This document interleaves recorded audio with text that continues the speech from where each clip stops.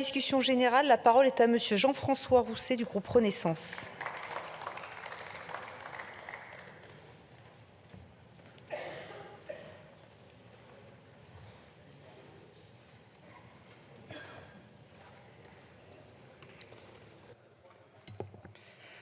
Madame la Présidente, Mesdames et Messieurs les ministres, Monsieur le rapporteur, chers collègues, nous devons toutes et tous regarder la vérité en face. L'offre médicale est aujourd'hui insuffisante en France.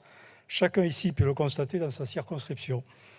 Avec 700 000 malades atteints d'une affection de longue durée et 1 600 000 Français qui renoncent aux soins chaque année, le constat est indéniable.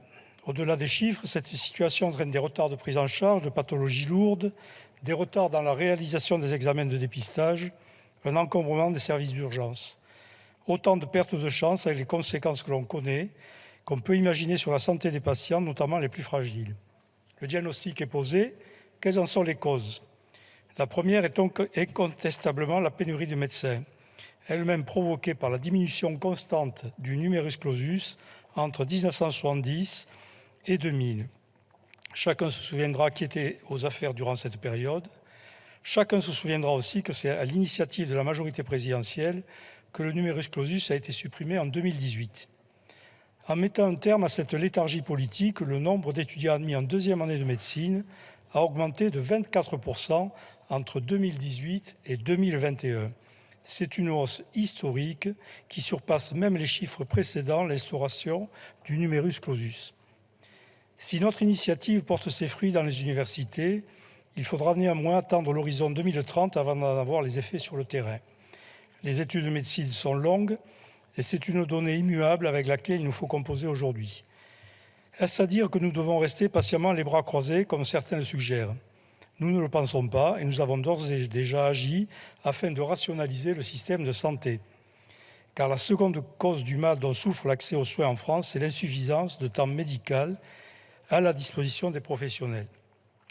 Il y a 4 ans, nous lancions un dispositif de soutien à l'emploi d'assistants médicaux afin de libérer les médecins des tâches administratives qui les empêchent de remplir leur mission principale. Plus de 3 500 contrats ont été conclus avec l'aide de l'assurance maladie et 10 000 assistants seront en activité d'ici 2025. Plus récemment, nous avons renforcé le partage des compétences entre professionnels de santé ainsi que les accès directs, afin que chacun puisse répondre efficacement aux besoins des patients. Je tiens à cet égard à saluer le travail mené par la rapporteure générale Stéphanie Ries. Aujourd'hui, ce sont les annonces du ministre de la Santé et de la Prévention concernant la 4e année de DES de médecine générale. Nous agissons avec pragmatisme et méthode, conscients des problèmes rencontrés par nos concitoyens, mais soucieux de ne pas leur tenir un discours flatteur, pour ne pas dire malhonnête. Nous aurons l'occasion d'y revenir, mais la régulation de l'installation des médecins libéraux, peu importe sa forme, ne fera pas apparaître des oasis dans les déserts médicaux, mais seulement des mirages. Que ce soit les travaux de l'adresse, ceux du Sénat ou les études internationales publiées à ce sujet, tous concluent au niveau de l'inefficacité de la méthode, au pire à une aggravation du problème. Nul corporatisme, comme on peut l'entendre dire, mais simplement le constat que j'évoquais plus tôt. À date, nous ne disposons pas de suffisamment de médecins pour pouvoir, dans les territoires, en fonction de leurs besoins. C'est un discours de vérité que nous devons aux Français.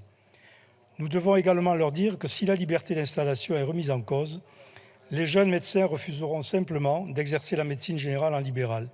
Ils préféreront rejoindre les laboratoires, les entreprises en santé, voire partir à l'étranger pour 10% d'entre eux. Ce n'est pas moi qui le dis, mais eux, au travers d'une étude récemment menée auprès des jeunes professionnels. Chacun peut entendre de mes propos que nous avons une ligne claire, celle de permettre à chacune et chacun d'avoir accès aux soins dont il a besoin, sans pour autant avoir recours à des solutions qui créeront plus de difficultés qu'elles n'en régleront. Cette proposition de loi reflète parfaitement cette position, parce qu'elle responsabilisera les professionnels de santé sans les contraindre, parce qu'elle développera l'exercice coordonné de la médecine sans y enfermer les praticiens, parce qu'au fond, elle permettra de concilier les droits à l'accès aux soins dont doivent jouir les patients et les aspirations légitimes des professionnels de santé à bénéficier des meilleures conditions de travail. Nous voterons résolument cette proposition de loi. Je vous remercie. Je vous remercie.